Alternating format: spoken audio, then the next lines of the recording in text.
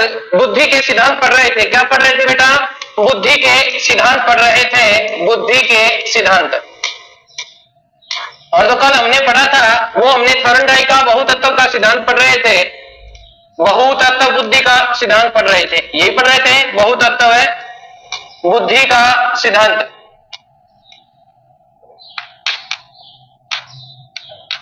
इसी सिद्धांत को नाम दिया था हमने परमाणुवादी सिद्धांत। इसी सिद्धांत को नाम दिया था असत्तात्मक बुद्धि सिद्धांत, बुद्धि सिद्धांत। और इसके प्रतिपादक हमने बात कर ली थी, कौन थे? थॉर्नडाइक थे। प्रतिपादक कौन थे बेटा? थॉर्नडाइक। और इसको मैंने आपको समझा दिया था। क्या समझाया था आपको याद होगा कि इन्होंने बुद्धि की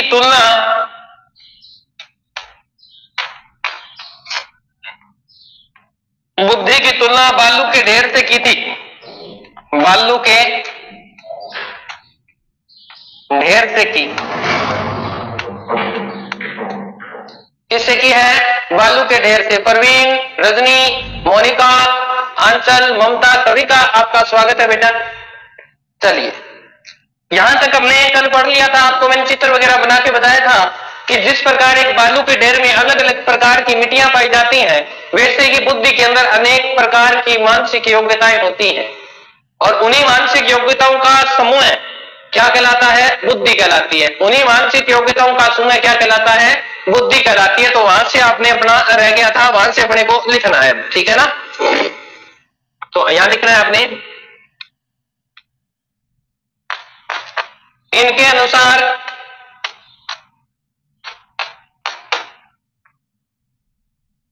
अनुसार बुद्धि के, क्या लिख रहे हो? जय भोलेनाथ, जय भोलेनाथ बेटा।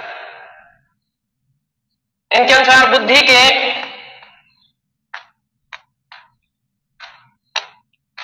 उतने ही तत्व होते हैं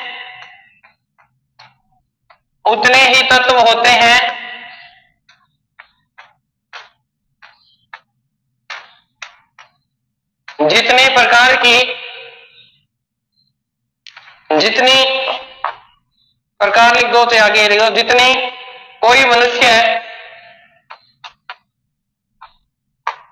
क्रियाएं करता है।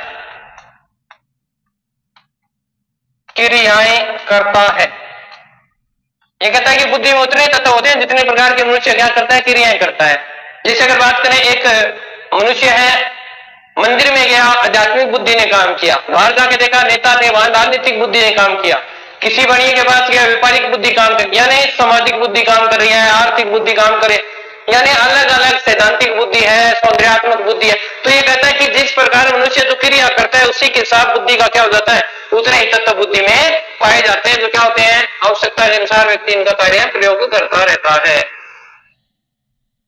इसमें और लिखना है अभी आपने। थॉर्नडाइक ने बताया कि बुद्धि का विकास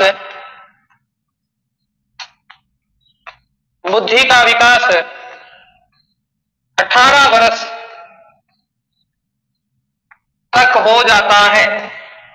एज भी बता दी इन्होंने कि जो बुद्धि के अंदर जितने तत्व होते हैं उन सभी का विकास कितने 18 वर्ष तक क्या होता है? हो जाता है। आप अलग अलग मूड के हिसाब से बातें करते हैं, बुद्धि के हिसाब से बातें करते हैं ये लोग, ठीक है? दिख रहा होगा आपको। चलिए, तो यहां लिखना है इसके आगे 18 वर्ष तक हो जाता है।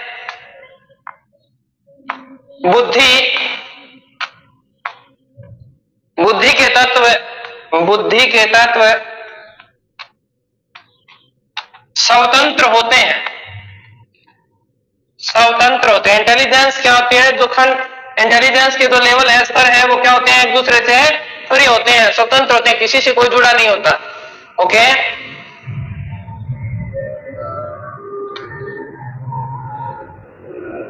जैसे यहां एग्जांपल लिखना है आपने, कहां लिखे? इसको ऊपर कर रहा हूं भाई मैं। जैसे एग्जांपल,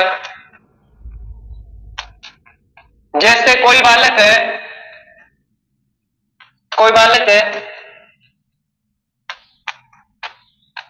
विज्ञान विषय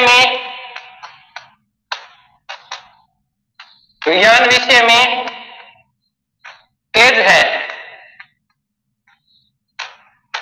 तो कोई आवश्यक नहीं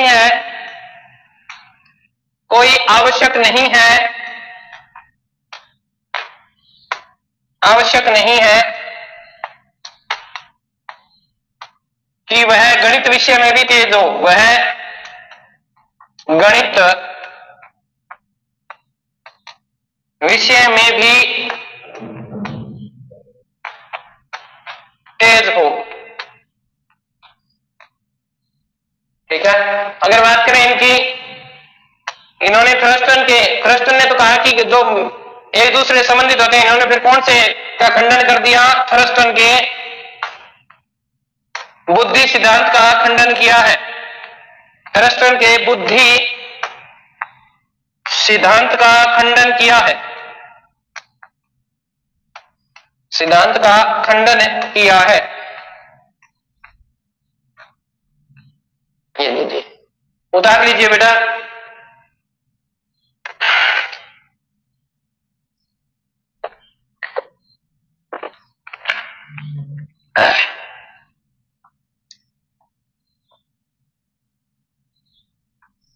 उतार लिया सभी ने? थॉर्नडाइक वाले को उतार ले सभी।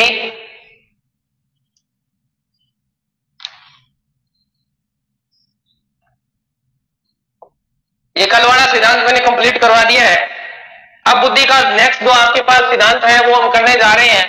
समूह है तत्व बुद्धि सिद्धांत, समूह तत्व बुद्धि सिद्धांत। और मैंने बताया था समूह का वजन किसमें आता है, बताया था टन में, और टन का वजन केले, यही था ना। तो इसके अन्य नाम क्या हो सकते हैं? इसे हम बोल देंगे संघ। समूह को क्या बोलते हैं? ग्रुप को क्या बोल देंगे? संघ।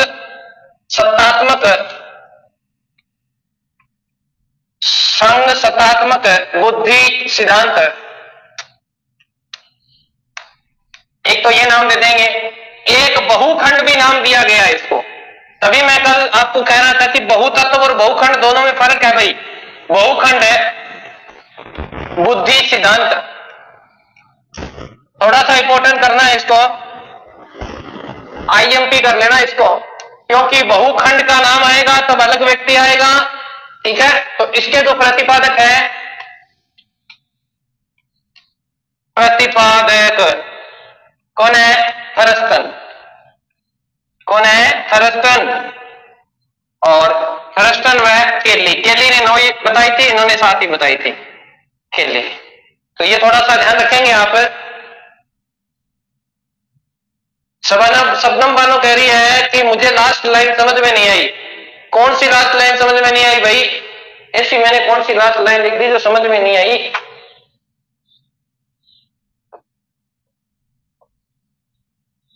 थर्स्टन के बुद्धि सिद्धांत का खंडन किया, लास्ट लाइन तो ये है।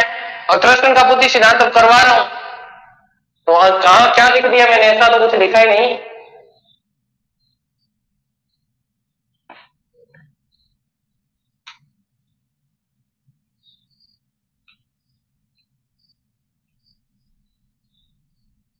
ये तो करवा रहे हैं अभी। इस सिद्धांत का उन्होंने क्या किया है? खंडन किया है। तो इसका प्रतिपादन थर्स्टन व केली ने किया। कब किया था? 1938 में किया था भाई, 1938 में किया था। बिल्कुल प्रजातांत्रिक बोल सकते हो आप। अब आपने ध्यान रखना है, थर्स्टन ने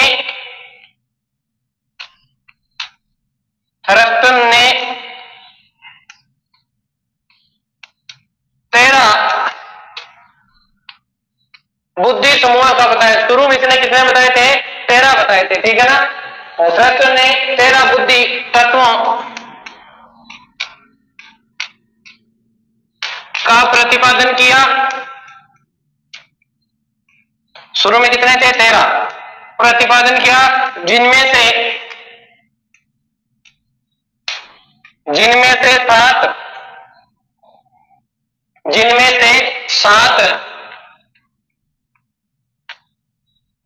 7 तत्व क्या थे? प्रमुख थे। ठीक है, जिनमें से 7 तत्व है, प्रमुख व महत्वपूर्ण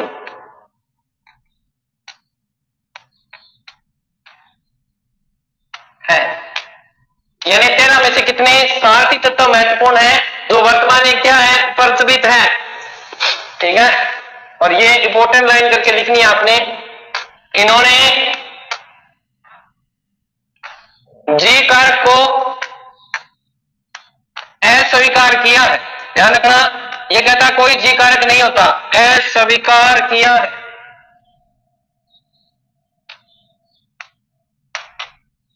अस्वीकार किया। अब 7 तत्व मैं करवाने जा रहा हूं, यहां लिख लेना। केली ने 9 तत्वों को महत्वपूर्ण माना है। महत्वपूर्ण है माना है, तो परंतु अपने तो थ्रस्टन के सबसे ज्यादा प्रचलित है, वही आपके सिलेबस में लगता है, तो हम करने जा रहे हैं, ये आप लिख लीजिए, फिर अपन देखते हैं आगे।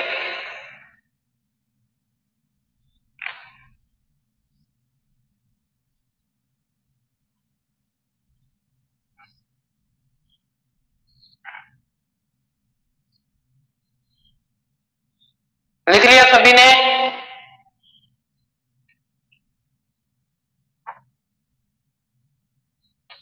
और 9 तत्व हैं, इनके अंग्रेजी नाम हैं, वो आपको याद करने पड़ेंगे, आपको दिखाते हैं।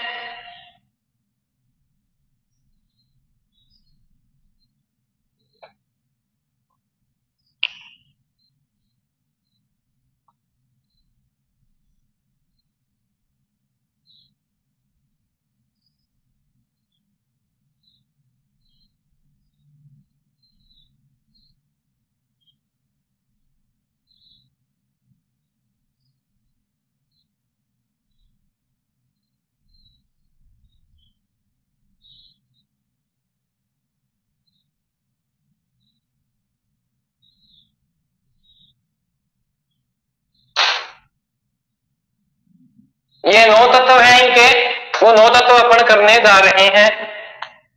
ये देखो, पहला है प्रेक्षण योग्यता। पहला क्या है बेटा? प्रेक्षण योग्यता, जिसे हम बेसिक क्षमता भी बोलते हैं, इंग्लिश में इसे बोलते हैं स्पेटल एबिलिटीज। क्या बोलेंगे? स्पेटल एबिलिटीज। यानी वह योग्यता जिसमें व्यक्ति वास्तविक दशा में, अभी जो प्रत्यक्ष में वस्तु को देख रहा है, हकीकत में वास्तविकता में क्या है, वो बौद्धिक क्षमता, जिसे आपको पेन दिखाया, हकीकत में आप पेन के बारे में क्या सोचते हैं, वो आपकी पहली बौद्धिक क्षमता या बौद्धिक तत्व माना जाता है।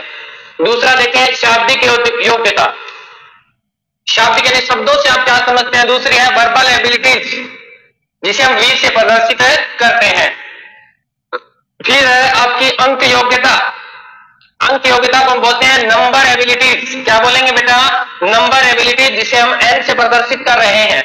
यानी आप अक्षरों को समझ रहे हैं, शब्दों को समझ रहे हैं, यह आपकी अलग अलग मानसिक तार्किक योग्यता, जो बुद्धि के अंदर अलग अलग खंड है।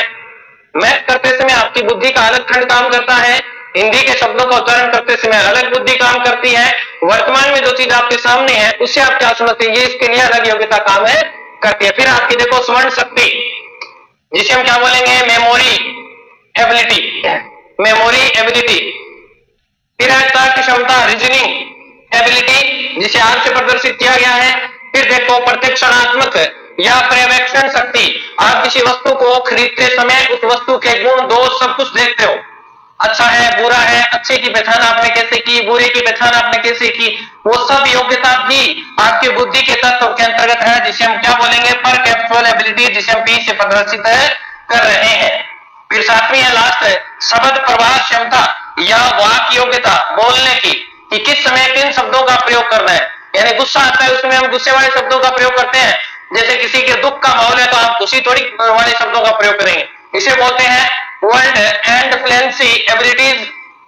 वर्ड एंड फ्लुएंसी एबिलिटीज लिख लिया आपने? ये है, इनको अच्छी तरह से लिख लीजिए, कोई शब्द मिस्टेक ना करें। फिर इनका सूत्र बन गया, ये देखो SVNMRTW, इसको क्या बोलेंगे? इंटेलिजेंस। यानी बुद्धि, तो इसको ट्रिक से भी याद रख सकते हो। श्री ऐसे याद कर सकते हो, श्री विनायक, श्री विनायक में राय सर साइकोलॉजी का वर्क देते हैं, ऐसे याद कर लीजिए। श्री या सिद्धि कर लो, सिद्धि विनायक, विनायक कैसे याद कर लो, सिद्धि विनायक, ठीक है ना, ऐसे याद कर लो। इतना स्वामी विवेकानंद, ठीक है, में राय सर साइकोलॉजी का वर्क देते हैं। ये आपकी क्या है, याद रह जाएंगे ये 7 कौन कौन से हैं। और यहां से प्रश्न जो पूछा जाता है वो प्रश्न ये पूछा जाता है कि निम्न में से कौन सा तत्व है थ्रस्टन के बुद्धि समूह में शामिल है, नहीं है।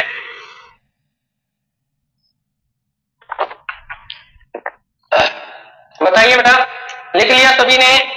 ये सूत्र तक आता आप लिख लीजिए, यहां तक इंटेलिजेंस तक ये 7 तत्व बताए गए, लिख लिया सभी ने?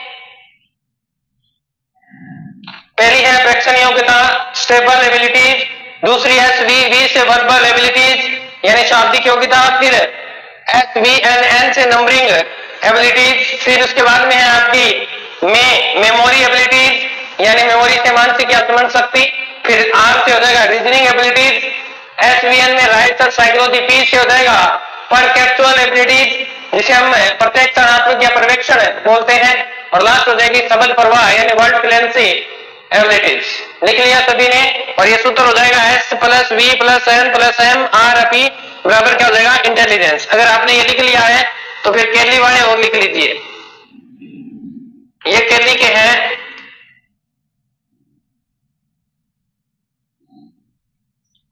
केली ने, मैंने बताया सर इनकी बुक, हाँ अपनी बुक है, अपनी बुक का ही प्रश्न है ये।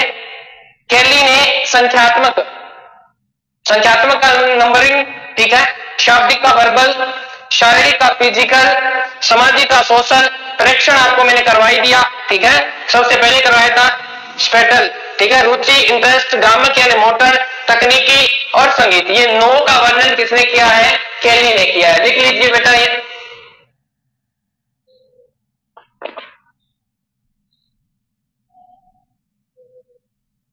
केली वाले और लिख लीजिए। केली ने संख्यात्मक, शाब्दिक, शारीरिक, सामाजिक, प्रेक्षण, रुचि, गामक, तकनीकी व संगीत, ये 9 तत्व बताए हैं इन्होंने, ठीक है ना, बुद्धि के अंदर 9 तत्वों की बात इन्होंने की है। ओके बेटा, चलें आगे।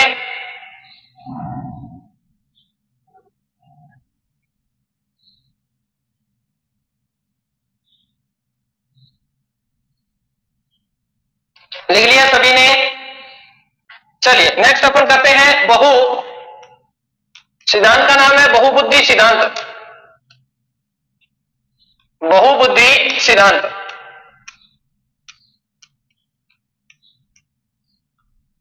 और मैंने पीछे की रीट 2018 में सीधा इसका प्रश्न आया था बहुबुद्धि का, इसके प्रतिपादक ही पूछ लिए थे, पिछली बार इसका सीधा प्रतिपादक पूछा था बहुबुद्धि का। तो ध्यान रखना, बहुतत्व, बहुखंड और बहुबुद्धि के प्रतिपादक सभी के अलग अलग हैं।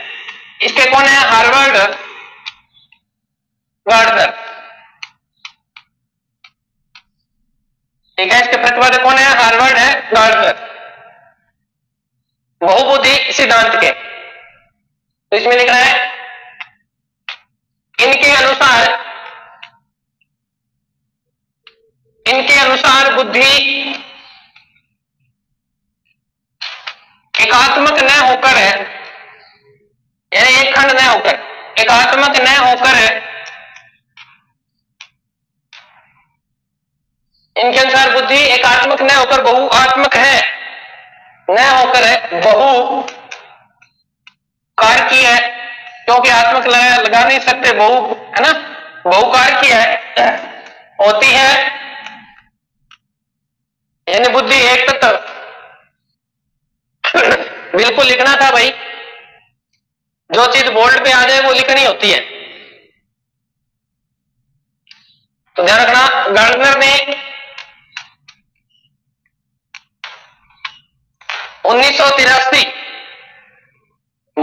1983 में 7 बुद्धि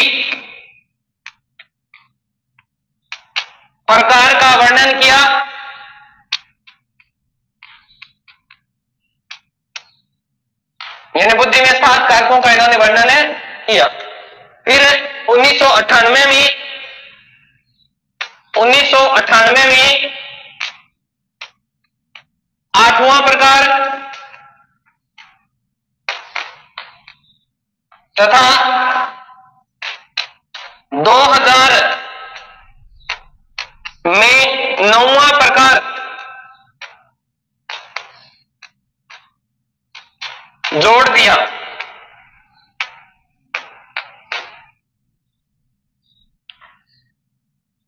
ध्यान रखना, इनकी जो मूल पुस्तक है किसकी, हार्वर्ड गार्डनर की, उसमें बुद्धि के सिर्फ 7 ही तत्व बताए गए हैं। कितने बताए गए हैं? बुद्धि के 7 ही तत्व बताए गए हैं इनकी पुस्तक के अंदर, हार्वर्ड गार्डनर की। बाद में कहते हैं संशोधन किया है, संशोधन 1998 में कहते हैं 8वां प्रकार जोड़ा गया है। कुछ विद्वान कहते हैं 2000 में 9वां प्रकार जोड़ा गया है। तो हो सकता है जोड़ा गया हो, परंतु मूल पुस्तक में अगर बात करें तो 7 ही बताए गए हैं। परंतु आपको ये याद रखना है कि इसको सभी करवाने एनसीईआरटी वगैरह में ये तथ्य दिया गया है, इसीलिए आपको ये लाइन भी याद करनी है। ये बात आपको थोड़ा सा ध्यान रखनी है। ओके, तो बुद्धि में कितने कारक बताए गए हैं? 9 कारक बताए गए हैं। ओके, तो कौन कौन से हैं देख लेते हैं 9 कारकों को। तो एक तरफ आपने लिखने हैं बुद्धि, यहां आपने क्या लिखनी है? बुद्धि, ठीक है। और इस तरफ आपने लिखना है निष्पादन की संभावनाएं, निष्पादन की संभावनाएं,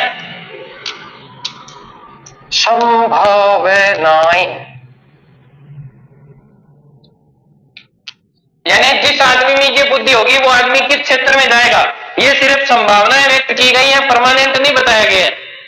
ओके, तो सबसे पहले अपन 1 नंबर बुद्धि पढ़ते हैं, यानी जिस व्यक्ति में भाषाई बुद्धि होगी, यानी भाषा का जो व्यक्ति अच्छा जानकार होगा वो व्यक्ति क्या क्या बन सकता है, वो व्यक्ति क्या क्या बन सकता है। तो पहला हो जाएगा लैंग्वेज इंटेलिजेंस, ठीक है ना। तो इसके कौन क्या क्या क्या बन सकते हैं? जिनको भाषा का अच्छा ज्ञान होता है वो कवि बन जाएगा, एक लेखक बन जाएगा, पत्रकार बन जाएगा, वकील बन जाएगा, है ना, आदि।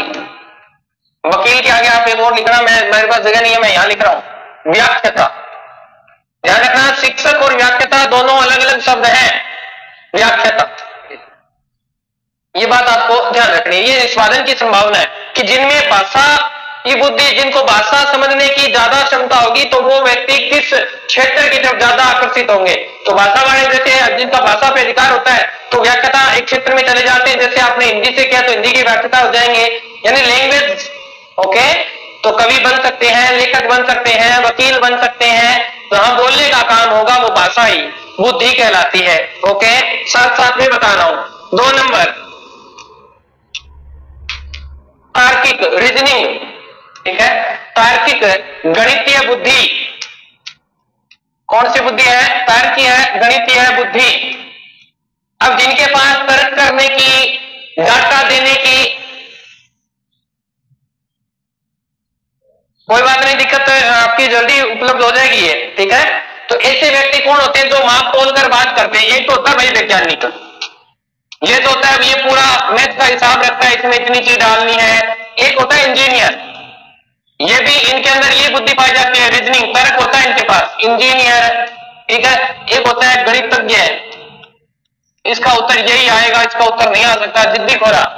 एक होता है सांख्यिकी अधिकारी, सांख्यिकी अधिकारी, इनका मेन काम क्या होता है? हिसाब किताब का ही होता है। तो ये व्यक्ति भी इसी बुद्धि के आते हैं, सांख्यिकी अधिकारी आदि।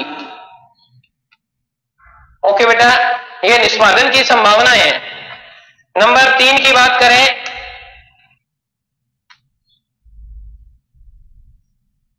नंबर 3 शारीरिक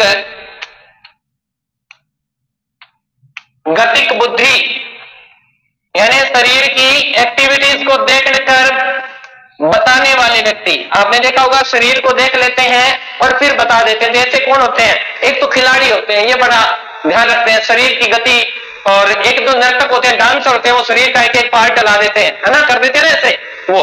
ओके, तो ऐसे व्यक्तियों को कहां कहां रखेंगे? शारीरिक गति में किस किस को रखेंगे? एक तो नर्तक, नर्तक, एक हो जाएगा खिलाड़ी, ठीक है। एक होगा आपका शल्य चिकित्सक, यहां ध्यान रखना डॉक्टर नहीं है, शल्य चिकित्सक चीर फाड़ करने वाला व्यक्ति, शल्य चिकित्सक ये यही आएगा। आपके डॉक्टर लिख दो, डॉक्टर अलग जगह आएगा, शल्य चिकित्सक अलग होता है, क्योंकि उसे ही पता है कि किस तरह से अंगों को सीलना है, तो पूरा ज्ञान होगा शरीर का, वही कर पाएगा। ये पीटीआई वगैरह जो होते हैं ना वो इसी के होते हैं। तो नेता, खिलाड़ी, शल्य चिकित्सक, नाटककार, ये रह जाएगा नाटककार आदि, ये इसी के अंदर आएंगे। पीटी वगैरह जो देख रहे हैं पीटी, वो आपकी बुद्धि ये होती है। नेक्स्ट नंबर 4, नंबर 4, तो यहां आएगी आपकी कौन सी, संगीतक,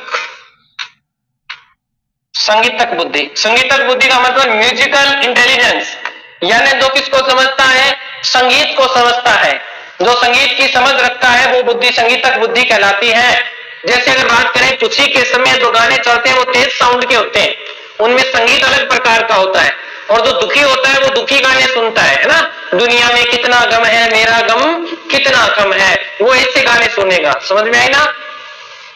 शुगर कैन डॉक्टर, क्या लिख रहे हो, शुगर कैन डॉक्टर है, प्रदीप है, सही लिखो बेटा, ऐसे मेरे को समझ में नहीं आ रहा क्या कह रहे हो आप।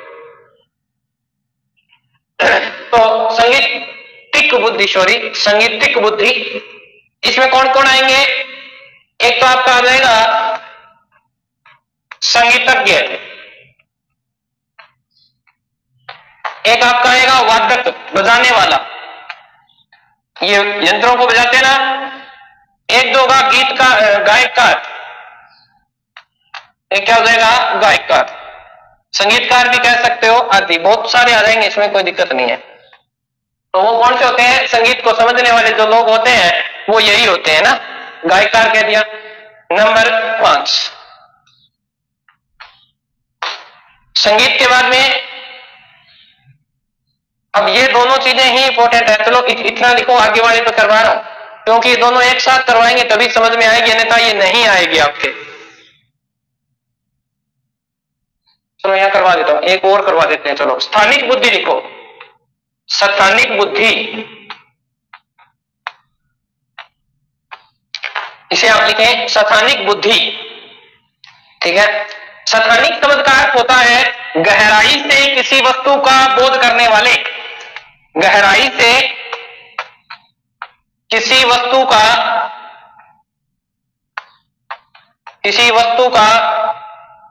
बोध करने वाले, बोध करने वाले, गहराई से किसी वस्तु का क्या करने वाले, बोध करने वाले। तो ऐसे व्यक्ति कौन होते हैं, जैसे कोई मूर्तिकार आपने देखा होगा, इसमें लिख लेना आप, वो मूर्तिकार किसी चित्र को बनाता है ना तो बड़ा गहराई से बनाता है, बड़े गौर से देखता है, तो मूर्तिकार, चित्रकार, कलाकार, ये सारे इसी में आ जाते हैं जिनके पीछे कार है, ठीक है ना, चित्रकार, मूर्तिकार, कलाकार। और एक होता है सर्वेक्षण अधिकारी, कोई चीज की कमी निकालने आता है ना, सर्वेक्षण अधिकारी, वो निकाल ही देता है। आपको याद होगा एसपीडब्ल्यू के हमारे कैंप लगा करते थे स्कूल में, और वो एक टीम आया करती थी चेक करने के लिए आपकी सफाई कैसी है, कितनी सफाई होती थी फिर भी कमरे में कोई ना कोई कमी निकाल दिया करते थे। सर्जन डॉक्टर, हाँ बिल्कुल बिल्कुल, सर्जन डॉक्टर शैलेश चिकित्सक, यही बोला था मैंने आपको, क्योंकि मुझे भाषा जल्दी समझ में आती है हिंदी, तो मैंने हिंदी में आपको ज्यादा पढ़ाने का प्रयास करता हूं, वही उदाहरण देता हूं जो आपको जल्दी समझ में आए। ओके, 5 बुद्धि हो गई है, इन्होंने 9 बताई है, 7 मेन थी, 2 बाद में जुड़ी। अब 2 बुद्धि कराने जा रहा हूं, अगर पेपर में प्रश्न आता है तो यहीं से आएगा, इतने कॉन्फिडेंस से हम कह रहे हैं कि पेपर में अगर प्रश्न आएगा 6ठी और 7वीं बुद्धि से ही आएगा, क्योंकि ये जो बुद्धि होती है ये सबसे ज्यादा कंफ्यूज करती है। क्या करती है, कंफ्यूज करती है। तो हम कंफ्यूज करने वालों को अच्छी तरह ही पढ़ेंगे। अंतः व्यक्तिगत, क्या लिखेंगे, अंतः व्यक्तिगत, हिंदी में नाम बता दूंगा परंतु आपको याद किस में करना पड़ेगा, इंग्लिश में याद है करना पड़ेगा। ये इंग्लिश के बिना आप इसको सही नहीं कर सकते। क्या नहीं कर सकते, सही नहीं कर सकते, कन्फर्म है। इसीलिए आप इस बात का ध्यान रखेंगे। इसे हम व्यक्तिगत आत्मन, इसे ही हम बोलेंगे अंतरा व्यक्तिक बुद्धि। आ जाएगा क्या यहाँ? चलो यहाँ नीचे लिख रहा हूं, ठीक है ना?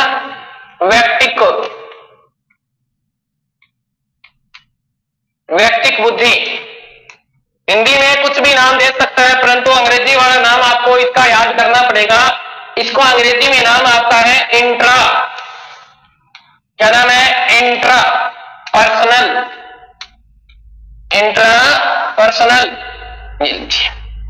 याद रह जाएगा ना, इंट्रा पर्सनल। ऐसी बुद्धि के लोग, देखो इंट्रा एक ही मात्रा आ रही है, ऐसे जो लोग होते हैं वो स्वयं पर ज्यादा ध्यान देते हैं। ये बात आपको ध्यान रखनी है। तो इसमें लिखना है स्वयं की भावनाओं को समझने वाले, स्वयं की भावनाओं को समझने वाले।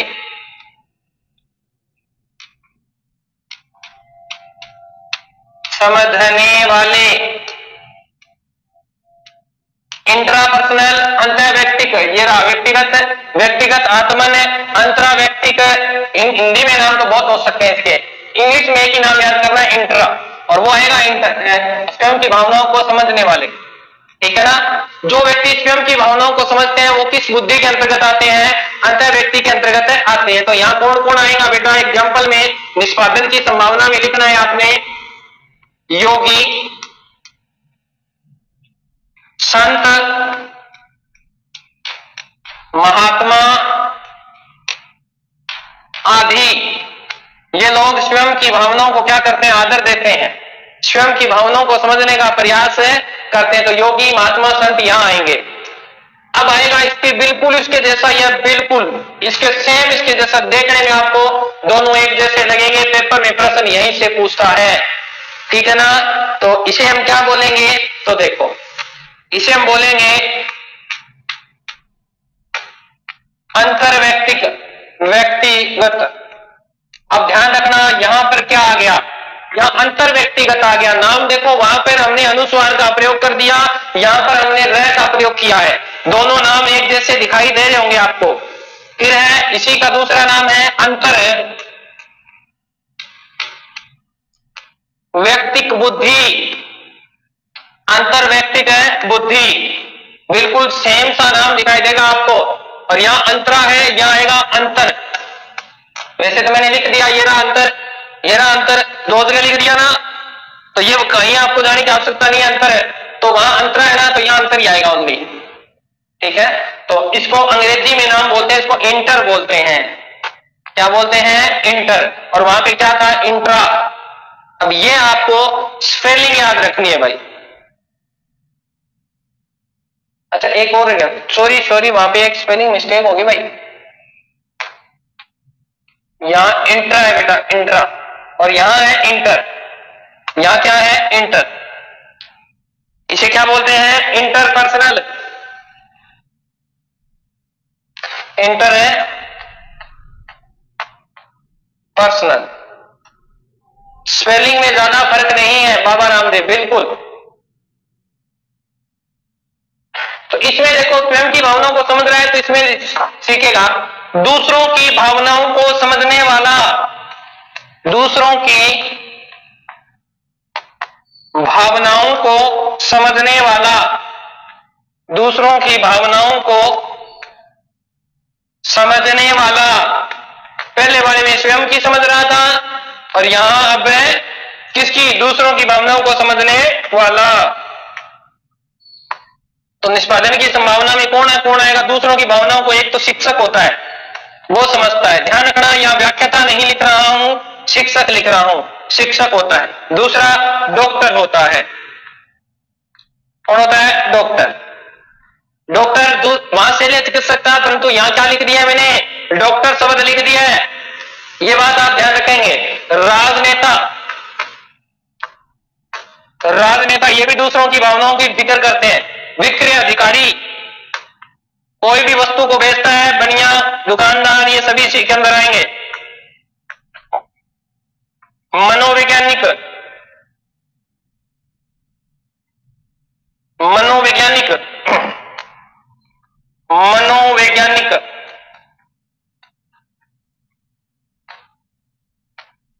आदि। अब अगर प्रश्न अगर ये दोनों आपने क्लियर कर लिया तो आपको याद करना पड़ेगा, एक में इंट्रा ही सही था सर। अच्छा इंट्रा सही था क्या?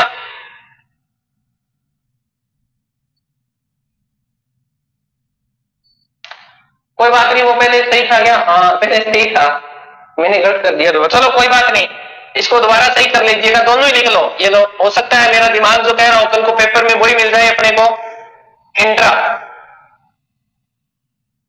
इंट्रा पहले वाला सही लिख लीजिएगा। कई बार क्या था हम खुद कंफ्यूज हो जाते हैं, तो ये जो टॉपिक है ये कंफ्यूज करने वाला है, पेपर में आपको याद रखना है। जो दूसरों की भावनाओं को समझता है, दूसरों के जीवन में क्या करता है, वो इंटर करता है। स्वयं की भावनाओं को समझता है तो इंट्रा करता है। ए से आत्मन, आत्मन का मतलब ये लो अपने आप, ऐसे याद करना है इसको। हो गया सभी का? लिख लिया सभी ने?